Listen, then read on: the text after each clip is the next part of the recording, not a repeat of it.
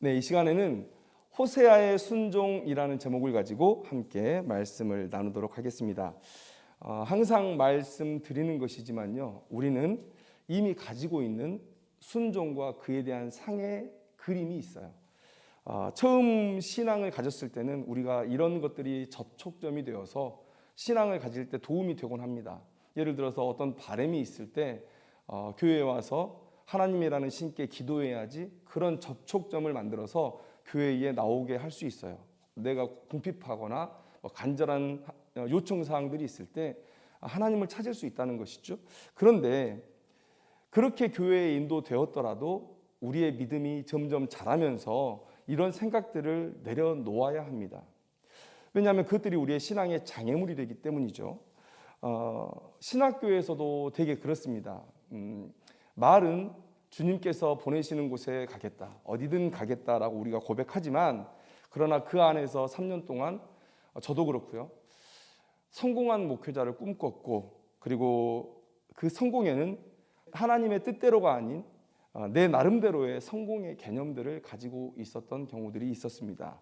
그리고 내 나름대로의 성공의 개념은 어디서부터 비롯되었는가? 그것은 그 세상에서 인정하는 그런 성공의 방법들에 있었을 때가 많았다라는 것이죠. 제가 이 목회 현장에 몸을 담고 있기 때문에 목회자들의 예를 든 것이지만, 성도님들 각자의 삶의 자리에서 또 그렇게 만나는 부류들 안에서 신앙생활을 한다 하면서도 하나님의 영광이라기보다는, 또 순종이라기보다는 세상의 영광을 쫓아가는 그런 성공된 삶을 꿈꾸는 사람들이 많이 있고, 그리고 그 성공된 삶을 위해서 마치 순종을 도구로 사용하는 그런 모습들이 우리에게 많이 나타난다는 것입니다. 여러분, 단호히 말씀드리지만 순종은 동기도 과정도 목적도 다 하나님 안에 있어야 된다. 내가 무엇을 하든 그 행위는 하나님으로부터 시작돼야 됩니다. 내가 어떤 행위를 계속 유지하고 있다면 그 행위도 하나님의 뜻을 따르는 방향으로 지속되어야 합니다. 그래서 그 행위의 목적지는 나의 영광이 아니라 하나님의 영광이어야 된다라는 것이죠. 이럴 때 우리의 순종이 이런 모양을 가질 때 그 결과는 하나님께서 만들어내시는 것이다. 설령 그 결과가 내가 원하는 뜻과 맞지 않을 때, 또 사람들이 인정해주는 그런 성공의 개념과 맞지 않을 때, 여러분, 그래도 이런 삼박자가 갖춰진 순종이 진짜 순종이고 의미와 가치를 가진다는 사실, 여러분들 우리가 알아야 되는 것이죠. 그래서 신자라면 어떤 삶에 나타나는 외적인 결과에 휘둘리는 삶이어서는 안 된다라는 것을 우리가 알아야 돼요.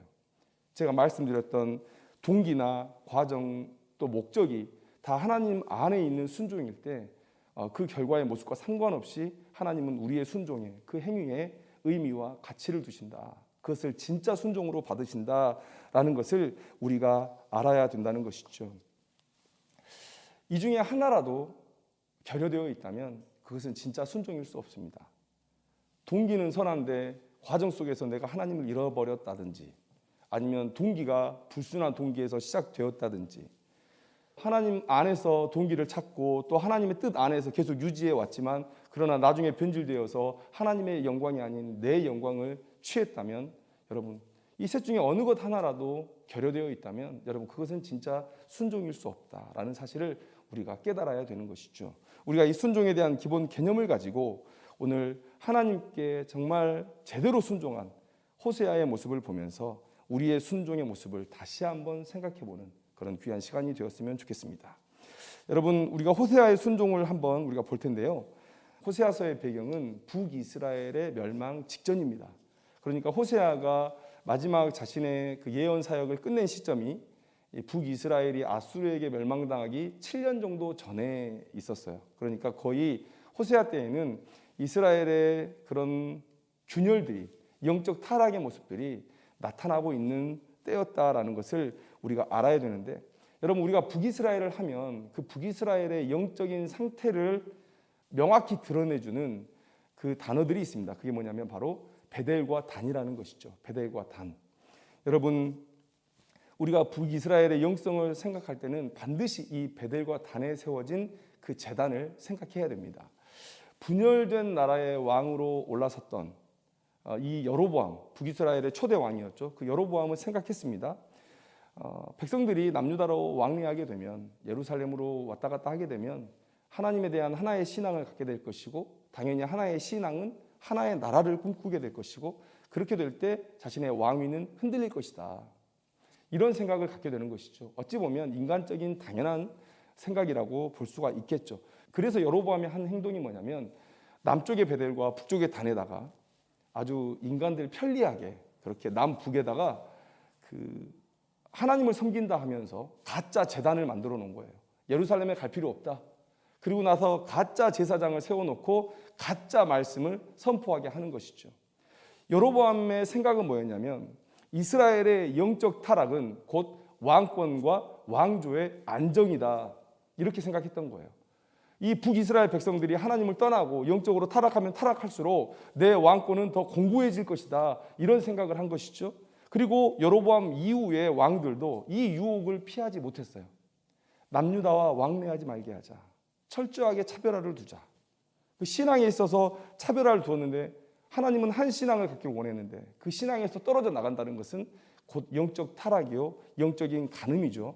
그래서 남유다에는 선한 왕이 가끔 섰지만, 이런 위기감을 느꼈던 북이스라엘의 왕들은 항상 하나님을 멀리했고 백성들이 영적 타락으로 나아가길 바랬고, 그래서 결국은 훨씬 먼저 멸망하는 지경에 이르게 된 것입니다. 그때 하나님께서 북이스라엘의 멸망을 경고하고 또 하나님의 새로운 계획을 이스라엘 백성들에게 알려주시고자 호세아를 선지자로 부르셨습니다. 누구나 소망하는 그런 영광스러운 하나님의 부르심이었지만, 그러나 순종하기에는 참으로 쉽지 않은 명령이 호세아에게 주어졌다. 호세아서 1장 2절 말씀을 보시면, 너는 가서 음란한 여자를 맞이하여 음란한 자식들을 낳으라. 이게 하나님께서 호세아에게 주신 명령이었죠. 자, 어떻게 음란한 여인과 결혼을 하는가? 나도 한 번 사는 인생인데 내가 사랑하는 여인과 그렇게 살아보고 싶지 않겠습니까? 그건 인간적인 생각이고, 유대인들의 생각은 또 이것과 또 더한 모습들이 있어요. 그 뭐냐면, 여러분, 이 호세아는 하나님의 선지자로 부르심을 받았을 때 그 이후의 모습을 보면 상당히 영적으로 타락했던 북이스라엘 안에서도 하나님을 잘 섬겼던 사람으로 볼 수가 있습니다.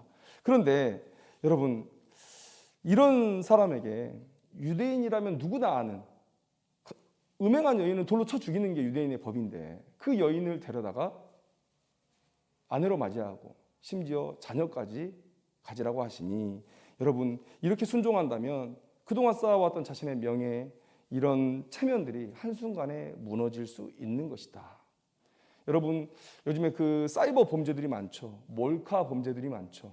정말 그런 짓을 해서는 안 되는데, 그렇게 찍힌 사진들이 인터넷상에 올라가고 그런 것들을 알게 된 피해자들이 극단적인 선택을 하는 그런 상황까지 벌어집니다.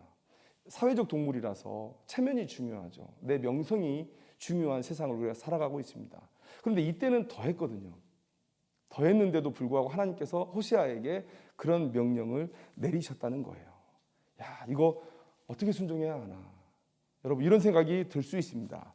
그 다음에 제가 호세아가 낳은 자녀들에 대한 질문을 하나 던져야 될 것 같습니다. 그게 뭐냐면, 음란한 자녀들이란 어떤 자녀를 말하는가? 이 질문에 딱 사로잡히게 됐어요. 음란한 자녀들이 뭘까? 아버지는 호세아니까 하나님의 귀한 사람이고, 그럼 어머니가 고멜이라는 여인이 음란한 여인이니까 거룩한 남자와 음란한 여인이 결혼해서 그 음란이 그 자녀들에게 전가된 것인가? 이렇게 생각해야 되나 고민했어요. 하나님은 그 부모의 죄를 자녀에게 묻지 않겠다고 하셨거든요. 그럼 이렇게 되면 이제 막 태어난 그 아이에게 음란이라는 굴레가 씌워지게 되는 것입니다. 이게 과연 옳은 것인가? 라는 생각을 했어요. 그리고 두 번째로는 의도적으로 이 호세아가 자신이 이 기록을 썼음에도 불구하고 동침이라는 단어를 쓰지 않고 있다라는 거예요. 그래도 과연 이 이스라엘, 로루아마, 로암미는 과연 호세아의 자녀들인가?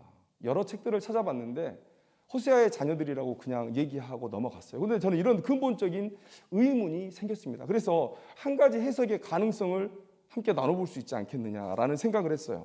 사실 1장의 기록을 보면 호세아의 자녀로 생각하는 게 맞는 것 같아요. 왜냐하면 3절을 보시면 가서 취했고 그래서 고멜이 임신했어요. 가서 여인을 취했고 임신했어요. 너무나 자연스러운 과정이에요.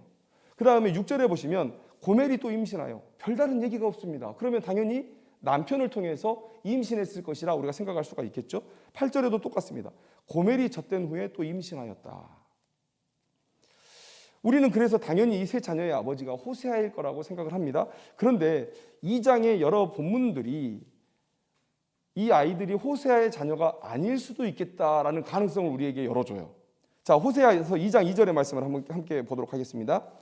너희 어머니와 논쟁하고 논쟁해라. 그는 내 아내가 아니요 나는 그의 남편이 아니라 그가 그의 얼굴에서 음란을 제하게 하고 그 유방 사이에서 음행을 제하게 하라. 지금 이런 얘기를 하고 있거든요. 그 다음에 2장 4절의 말씀을 한번 보시면 하나님은 북이스라엘 사람들을 음란한 자식들이라고 말씀하세요. 그런데 왜 음란한 자식들인가? 그 이유가 5절에 기록되어 있습니다. 그들의 어머니는 음행하였고 그들을 임신했던 자는 부끄러운 일을 행하였나니 이렇게 얘기하고 있어요. 음행으로 낳은 자녀예요. 그러니까 본 남편을 통해서 낳은 자녀가 아니라 음행으로 낳은 자녀가 바로 북이스라엘이다. 여러분도 호세아에게 음란한 여인과 만나서 결혼하고 음란한 자식들을 낳으라 하신 하나님의 명령은 무엇입니까? 그 호세아의 가정을 통해서 북이스라엘의 모습을 지금 말씀하고 싶으신 거예요. 북이스라엘이 얼마나 내게 음란한 여인으로 타락했고 그들의 후손들에게 온전한 신앙을 가르치지 못해서 음란한 자식들을 양산해내고 있느냐, 이 모습을 지금 하나님께서 호세아의 가정을 통해서 이스라엘 백성들에게 보여주고 싶으신 거예요. 하나님의 마음이 이렇다는 거예요. 그런데 뒤에 2장에서 호세아의 가정의 그런 이야기들을 더 부가 설명하시면서 그는 내 아내가 아니고 나는 그의 남편이 아니라 그는 그의 얼굴에서 음란을 제하게 하고 그 유방사에서 음행을 제하게 하라. 그러니까 자식들에게 지금 얘기하는 거잖아요. 가서 따져라. 너희 어머니에게 따져라. 그래서 여러분 이 음란한 자식들을 어떻게 해석해야 될까라고 생각을 해볼 때 여러분 고멜이 그 상황 속에서도 혼인하는 과정 속에서도 음행을 하고 그래서 호세아의 씨가 아닌 다른 이의 씨를 받아서 지금 아이를 출산한 게 아니냐, 이런 가능성이 제기된다는 것이죠. 이렇게 생각한다면 여러 의문들이 풀려요. 자녀들이 음란한 자녀인 것은 호세아의 씨를 받아서 난 자식들이 아니기 때문이고, 자, 그렇다면 호세아가 왜 의도적으로 동침이라는 단어를 쓰지 않았을까? 자신이 기록한 호세아서임에도 불구하고 여러분 하나님은 호세아에게 그 자녀를 낳고 당연히 그 자녀들을 책임지라는 명령을 주셨을 것입니다. 그러면 자기가 키우고 있는 그 자녀들을 이 기록에다가 그런 과격한 표현을 쓰고 싶지는 않았을 것이에요. 왜냐하면 하나님의 명령에 불순종하는 것이 될 수도 있고 그 다음에 인지상정상 옳지 않은 일이 있을 수 있다는 것이죠. 그런 가능성을 말씀을 드리는 것입니다. 자, 그렇다면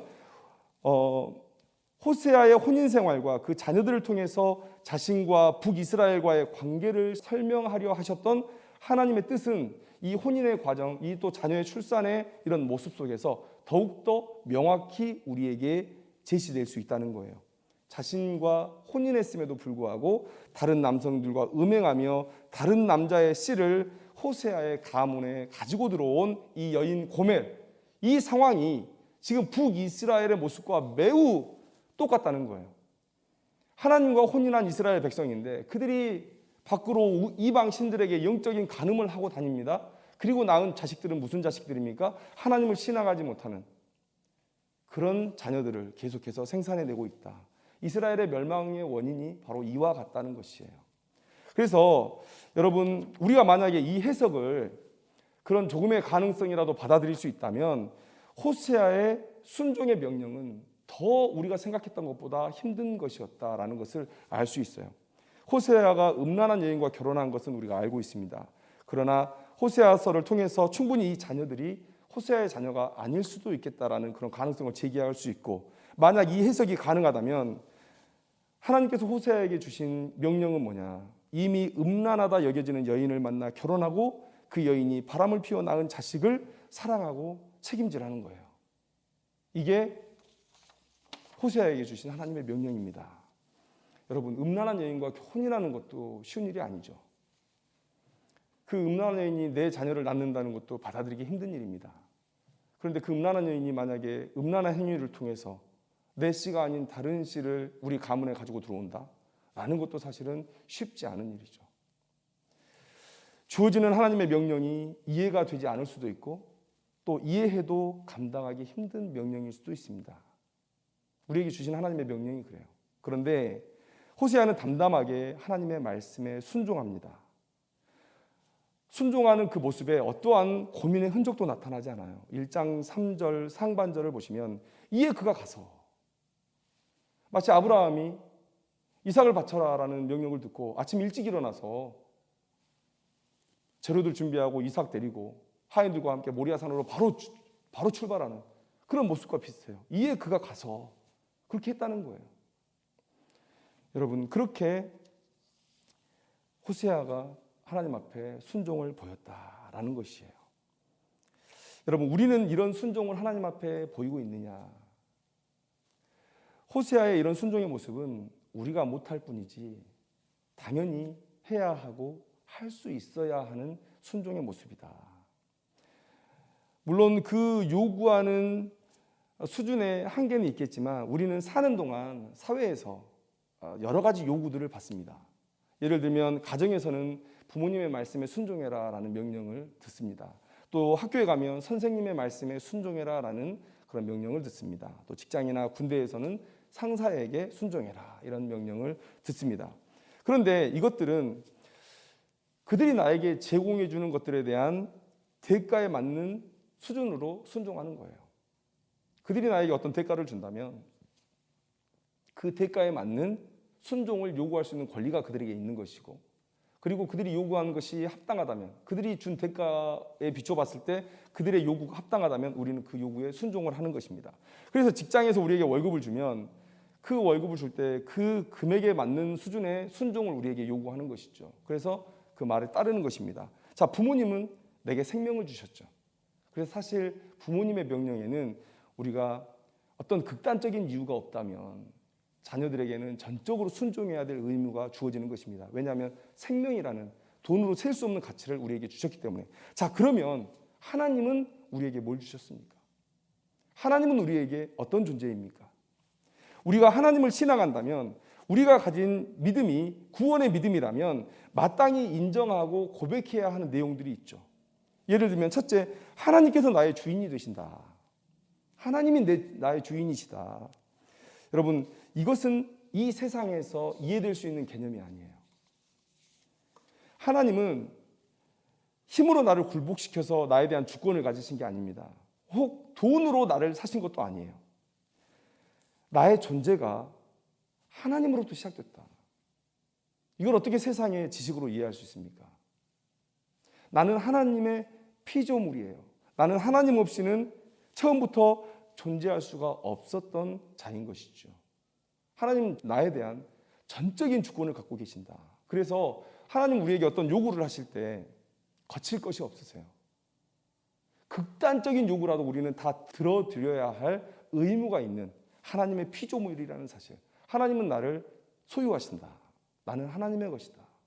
우리가 구원받은 믿음이라고 할 때, 우리가 이 성경의 말씀을 우리가 믿는다 할 때, 여러분 창조주 하나님에 대한 신앙 당연히 있어야 되는 것이고요. 그래서 피조물인 우리는 하나님의 것이다 라는 그 믿음을 가져야 된다는 것이죠. 그런데 그 하나님께서 우리를 위해 일하신다. 우리를 위해 일하신다. 자충족적인, 매우 자족적인 하나님이시지만 우리를 사랑하시기로 스스로 굴레 씌우시고 지금도 우리를 위해 일하고 계신 거예요. 우리를 사랑하시기 때문에. 그리고 세 번째는 무엇입니까? 이 땅에서의 모든 순종을 하나님께서 갚아주신다라는 거예요. 하나님은 충분히 우리에게 귀한 것을 주셨습니다. 이미 주신 것만으로도 우리에게 모든 극단적인 요구를 하실 수 있는 자격이 있으심에도 불구하고 하나님께서 우리에게 순종을 요청하시면서 내가 그 순종을 갚아주겠다. 어떻게 해요? 무한배로 갚아주시겠다. 여러분, 우리가 이 세상에서 누리는 복락과 천국에서 누리는 복락이 같다고 생각을 하더라도 우리가 이 세상에서 누리는 복락은 겨우 7, 80년의 복락이죠. 그런데 같은 수준의 복락을 누린다고 해도 천국에서는 영원을 누리지 않습니까? 무한배인 거예요. 그런데 우리가 천국에서 누릴 영광은 이 세상에서 누리는 영광과 비교도 할 수 없기 때문에 그 비교할 수 없는 영광을 영원히 누리는, 그래서 무한배, 영원배의 상급으로 우리에게 갚아주신다라고 우리에게 말씀하고 계세요. 그래서 여러분, 히브리서 11장 1절 말씀에 믿음은 바라는 것들의 실상이요 보이지 않는 것들의 증거니, 이렇게 말씀하고 있습니다. 자, 도대체 뭘 바라고 어떤 보이지 않는 것을 보는 것처럼 행동해야 되느냐? 여러분, 이것을 생각할 때 여러분, 우리가 믿음의 수준, 믿음의 크기를 얘기합니다. 자, 그러면 어떻게 결정이 되는 것입니까? 무엇이 기준이 되는 것입니까? 제가 방금 아주 조금만 예를 든 거죠. 한 3가지 예를 들었습니다. 우리가 구원받은 믿음이라고 할 때 우리가 기본적으로 가지고 있어야 할 믿음의 내용이 무엇인지에 대해서 3가지만 언급을 드렸는데 수없이 많이 있죠. 그중에 3가지만 말씀드린 건데요. 자, 그런 하나님에 대해서 우리가 얼마나 인정하고 또 신뢰하고 또 그 주신 하나님의 약속이 과연 몇 프로나 내 삶에서 현실화될 것이냐, 이것을 믿는 믿음이 우리의 믿음의 크기예요. 여러분, 51%의 확률은 정말 큰 거죠. 절반 이상이에요. 절반 이상이에요. 충분히 베팅할 만한 그런 확률입니다. 그런데 여러분, 도박하는 사람들 돈 따는 거 보셨어요? 카지노에서 돈 따갖고 나온 사람들 많이 보셨습니까? 패가망신했다는 소식만 들려오죠. 그 뒤에서 다 프로그램으로 조작할 수 있는데도 알면서도 가요. 근데 그 확률이 얼마나 될까요? 10%? 안 되죠. 5%? 그런데도 그들은 도박을 합니다. 그들의 인생을 걸어요. 자, 그러면 하나님께서 자신이 우리에게 주신 약속을 성취하실 확률은 몇 프로입니까? 그게 우리의 믿음의 크기예요. 100%입니까? 말은 그렇게 하죠. 그게 우리의 믿음의 내용이니까. 그런데 그게 진짜 내 믿음으로 고백이 되느냐는 거예요. 하나님의 약속은 100% 성취됩니다 라고 믿느냐? 말은 그렇게 하지만 50대 50 아닐까요? 될 수도 있고 안 될 수도 있지 않을까요? 만약에 우리가 100% 하나님께서 자신의 약속을 우리에게서 성취하실 것이다 라고 믿는다면, 여러분, 호세아가 보인 순종이 어렵겠습니까? 할 수 있는 것이죠. 여러분, 왜 못하겠어요? 안 시켜줘서 서운하죠. 안 불러줘서 서운하죠. 아니, 하나님께서 부르셔가지고 순종하면 영원배 무한배의 복락이 우리에게 주어지는데, 반드시 하나님의 약속은 성취되는데, 아니 그 누워서 떡 먹는 그 쉬운 순종을 왜 안 불러줘요, 저를? 그게 서운하죠. 그게 믿음 아닙니까? 순종할 수 있다는 거예요. 우리가 지금 못하고 있을 뿐이지 아주 당연히 해야 하고 할 수 있는 것이 순종이다. 여러분, 우리는 어떤 순종을 하나님 앞에 보이고 있느냐? 순종이 어려운가? 순종이 어려운가? 그것은 우리가 너무 믿음 생활을 피상적으로 하고 있다라는 거예요. 본질, 하나님에 대해서 그 본질에 다가가면 다가갈수록 하나님을 더욱 알게 되고 하나님을 더욱 신뢰하게 되고 그 신뢰의 강함은 더욱더 공고해질 것이고, 그러면 우리는 오늘 호세아와 같은 순종을 보일 수 있다는 거예요. 본질에 집착하는 믿음이라면 우리가 매 순간 남이 잘 되는 것 보고 어떻게 하면 저 믿음의 공식을 좀 배워가지고 나도 좀 성공해 볼까, 기도를 하루에 1시간씩 한다더라, 새벽 예배를 드린다더라, 그런 피상적인 거 말고 하나님에 대해서 알고, 그래서 하나님께서 성취하신 그 역사를 알고, 그래서 하나님을 신뢰하게 되고, 그렇게 될 때 우리의 순종이 가능해진다는 거예요. 우리가 본질에 천착한 믿음일 때, 본질에 집중한 믿음일 때 그 순종이 가능하다는 거예요. 그런데 왜 이렇게 믿음의 연수가 길어도 우리는 순종이 그렇게 힘들까? 왜 신학적인 깊이가 이렇게 깊어지는데도 불구하고 우리는 점점 우리 선조들보다 순종에서 더 멀어지는 것일까? 너무 피상적으로 신앙생활한다는 거예요. 너무 피상적으로. 신앙의 공식들은 잘 알아요.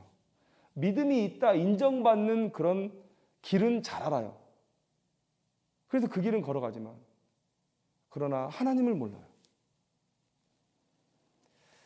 여러분, 아들을 바친 아브라함이 있습니다. 아브라함. 그런데 아브라함은 사는 동안 자신의 주인 되신 하나님과 동행하면서 하나님의 선하심과 신실하심을 경험했어요. 하나님에 대한 확고한 믿음이 있었기에 아들을 달라 하신 그 하나님의 요구에 순종할 수가 있었죠. 여러분, 우리가 어떻게 아들을 바치냐라고 생각하면서 아브라함 대단한 믿음, 여러분 아니에요. 물론 대단한 믿음이죠. 그런데 어느 순간 하나님에 대한 신뢰가 딱 생기는 순간 여러분 그 모든 순종, 수준이 다른 순종이에요. 이 순종의 무게가 달라요. 쉬운 순종도 있고 어려운 순종도 있고. 그러나 어느 순간 우리가 하나님에 대한 신뢰에 확 도달하게 되면 여러분 이 순종을 요구하시는 수준과 상관없이 우리는 하나님께 순종할 수 있습니다. 아브라함이 그런 거예요. 왜요? 넷이 약속의 아들 이삭으로부터 이 하늘의 별과 같고 바닷가의 모래와 같은 자기 민족의 번성을 하나님께서 약속해 주셨어요. 이삭을 통해서, 약속의 자녀 이삭을 통해서. 이삭이 죽으면 안 되잖아요. 그래서 성경에 기록되어 있습니다. 하나님께서 다시 살리실 것을 믿었다. 하나님께서 안 죽이실 거라는 것은 믿지 않았어요. 죽이실 수도 있겠다. 죽이실 것이다. 번제로 바치라고 했으니. 왜? 자기가 죽일 거니까. 그런데 하나님께서 다시 살리실 것이다. 하나님과 동행하면서 그런 믿음이 자기에게 생겼던 거예요. 그래서 순종할 수 있다는 것이죠. 여러분, 하나님의 요구에 경중이 순종의 여부를 가르지 않는 믿음. 그 믿음이 우리 안에 있어야 되는 것이죠. 51%만 돼도 베팅하는 사람인데 우리 하나님에 대한 믿음이 그것도 안 됩니까? 51%가 안 돼요? 근데 하나님은 약속을 지키시는 분이다. 성취하시는 분이다. 말씀하시는 대로 이루시는 분이다라는 믿음을 우리가 갖고 있다면 하나님께서 내게 사명 안 주시는 게 서운하죠. 왜 나 안 쓰시지? 이게 서운한 것이지. 무거운 거 시켰다고 서운해요? 아니죠. 그게 아니잖아요. 여러분 바울도 보세요. 예수님 만나기 전에 그의 삶은 성공을 위한 인생이었다라고 말할 수 있어요. 물론 바울은 이렇게 얘기하겠죠. 아니야, 나 그 시절에도 하나님에 대한 열심으로 살았어. 그런데 그가 갔던 과정이 세상의 영광을 추구했던 과정과 매우 흡사하다라는 거예요. 여러분 옛날에는 불과 지금으로부터 한 300년 전 종교개혁이 일어났던 그 시점에도요. 종교 지도자들은 거의 최고의 대우를 받았습니다. 신학은 최고의 학문이었어요. 그래서 철학이나 또 문학이나 과학이나 이런 것들을 다 거친 뒤에 의학이나 이런 것들을 다 거친 뒤에 마지막으로 하는 학문이 신학이었어요. 수천 년 동안 신학은 또 신학을 하는 사람은 그렇게 세상 속에서 대접을 받았습니다. 그러니까 이스라엘의 종교 지도자가 되겠다라고 하는 이 바울의 다짐은 그 마음에는 하나님을 섬기겠다라는 마음이 있었겠지만 그게 가장 컸겠지만 그러나 우리가 조금 삐딱한 시선으로 보면 저거 똑똑한 머리 세상에서 성공하려고 저러는 거 아니야? 라는 의심을 충분히 가질 수 있다는 것이죠. 어린 나이에 유학을 왔어요. 예루살렘에 유학을 와서 가말리엘 문화에서 수학하고 그리고 어린 나이에 이미 그는 영적인 지도자로서 활동하고 있는 모습을 보여주고 있습니다. 바울은 그렇게 인정하지 않을지 모르겠지만 아니 인정할 수도 있을 것 같아요. 내가 세상의 영광을 위해 살았다. 그런데 우리가 주변에서 바라볼 때 참 세상의 영광을 위해서 살았구나. 성공을 위한 인생이었다라고 말해도 부인하기 어려운 그런 삶을 사도 바울이 살아왔다는 거예요. 그런데 그가 다메섹에서 예수님을 만난 이후에 완전 뒤집어져 버렸죠. 세상의 인정을 완전히 포기했어요. 그렇게 자기를 따르게 하려고 수고해왔던 삶이었는데 그들이 자기를 죽이려고 쫓아오는 그런 삶으로의 전환을 지금 보여주고 있다는 거예요. 편한 삶을 포기하고 세계를 누비는 전도자의 삶을 살았습니다. 1차 감옥에 갇혔을 때 야 이쯤 하면 나 넉넉히 했다라고 생각하고 멈출 수도 있었을 거예요. 2번 잡히면 가중처벌 받을 거니까. 그런데 그래도 옥에서 나가자마자 땅끝까지 복음을 전해야 한다는 하나님의 명령 따라서 유럽의 끝 스페인까지 복음을 전하고 다시 로마로 돌아와서 목이 잘려 죽죠. 여러분 사도 바울을 항상 묵상하면 이 사람은 그냥 예수의 삶을 살아요. 그리고 바울은 십자가로 입증한 예수의 영광을 사모했고 그 길을 따라 걸었어요. 그 길이 예수님의 제자의 길이라고 생각했기 때문에 여러분 복음의 전파를 막는 로마군 앞에서 어떻게 내 생명 지키면서 복음 전할 수 있습니까? 그는 아예 내던지고 복음을 전했던 거예요. 이런 예수님을 만나기 전과 예수님을 만난 이후에 이런 사도 바울의 삶의 방향의 급격한 전환은 예수님께서 바라시는 삶과 우리가 현재 사는 삶의 괴리를 우리에게 보여주고 있다라는 거예요. 우리가 바울의 삶을 닮아가지 못한다면 그러면 여러분 주님께서 요구하시는 삶에서 매우 떨어진 거리에 우리가 있다라는 사실을 우리가 알아야 된다는 거예요. 이런 당황스러울 정도의 전환, 어떻게 인생이 저렇게 뒤집어질 수 있지? 그런 전환이 순종을 결단한 우리에게도 나타나야 된다. 하나님을 믿는 믿음을 가진 우리에게도 나타나야 된다라는 것이죠. 이런 말씀을 드리고 싶습니다. 믿음은 기폭제와 같다라는 거예요. 10g의 폭약을 터뜨릴 때도 기폭제가 필요하고요. 그 다음에 1톤의 폭약을 터뜨릴 때도 기폭제가 필요합니다. 기폭제의 크기는 그렇게 크지 않아요. 그런데 그 기폭제가 폭발을 일으키는 것이죠. 위에서 나열한 믿음이 저는 기폭제라고 생각이 돼요. 하나님께서 나의 주인이 되시고 항상 나를 위하시고 내 수고의 무한배, 영원배의 상급을 갚아주시는 하나님. 이 믿음이 우리 안에 있다면 그 믿음이 나의 삶을 폭발시켜요. 그래서 순종의 폭발을 일으키게 하는 것이죠. 여러분, 하나님을 향한 100%의 신뢰가 있으면 순종의 요구의 그 경중은 의미가 없어요.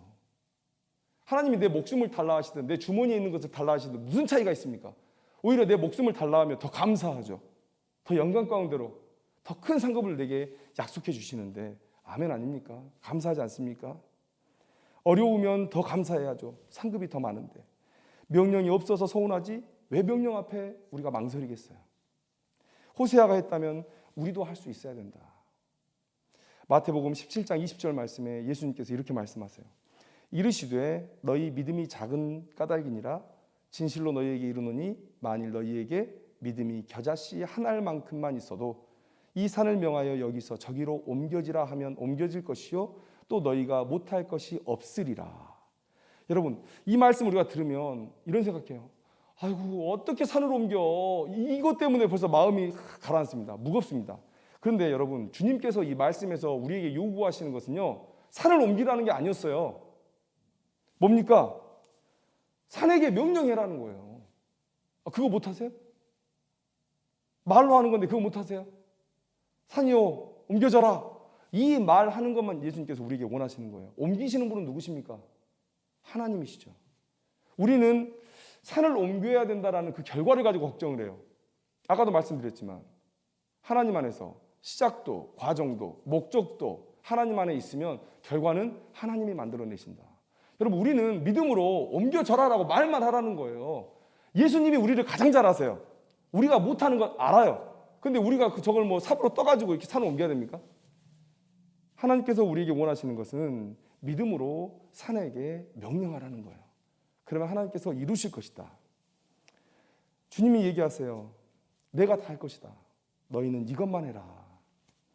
여러분, 순종이 어렵지 않은데 우리가 너무 생각이 많아요. 그냥 시키시는 대로 하면 되는데 생각이 많아요. 우리 아들 어렸을 때 키웠던 거 이렇게 생각해 보면 오라면 오고 가라면 가고 먹을 거 주면 먹습니다. 이거 몸에 좋아 그러면 먹어요. 버섯도 먹고 새우도 먹고 막 먹어요. 그런데 크니까 부모님에 대한 불신도 생겨요. 딱 보니까 나보다 뭘 못하는 것 같거든요. 이거 수학 문제 풀어줘. 그러면 잠깐만 그 답안지 보고 막 이렇게 연구하고 있고 말이죠. 공부 좀 했다는데 불신이 점점 생겨요. 그리고 또 자기의 호불호도 생겨요. 갑자기 버섯을 안 먹기 시작해요. 새우, 없어서 못 먹는 새우를 안 먹어요. 호불호가 생깁니다. 이게 우리의 모습이 아닐까 생각을 해요.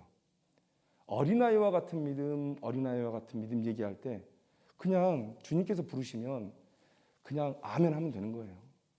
네. 하나님께서 하라는 데까지 제가 하겠습니다.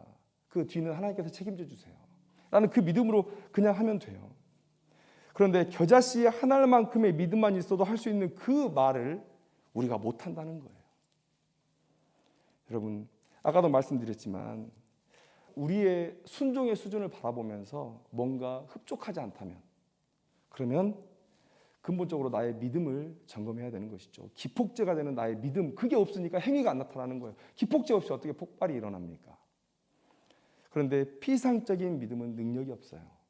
본질이 아닌 그 겉에 있는 껍질들만 자꾸만 연구하는 것은 우리에게 능력이 되지 않습니다. 신앙의 본질은 하나님이시다. 하나님 그분에 대해서 또 그분의 약속에 대해서 우리가 듣고 그것을 믿게 된다면, 그러면 우리에게도 똑같이 아브라함, 또 호세아, 또 바울, 이런 믿음의 사람들의 순종이 우리에게 나타날 수 있다라는 거예요. 그렇다면 우리는 우리의 사역이 필요하다면, 그게 하나님의 나라의 확장에 필요하다면 저 산을 향해서 옮겨지라라고 명령할 수 있는 거예요.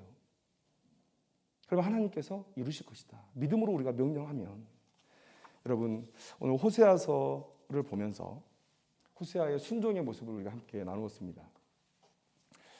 믿음의 본질을 향해서 나아가서 하나님께 더욱 집중하고, 또 하나님께서 주신 그 확고한 믿음을 가지고 하나님의 모든 순종의 요구에 그 경중과 상관없이 예 주님 하겠습니다 라고 대답할 수 있는 우리 성도님들이 다 되기를 주님의 이름으로 축원합니다.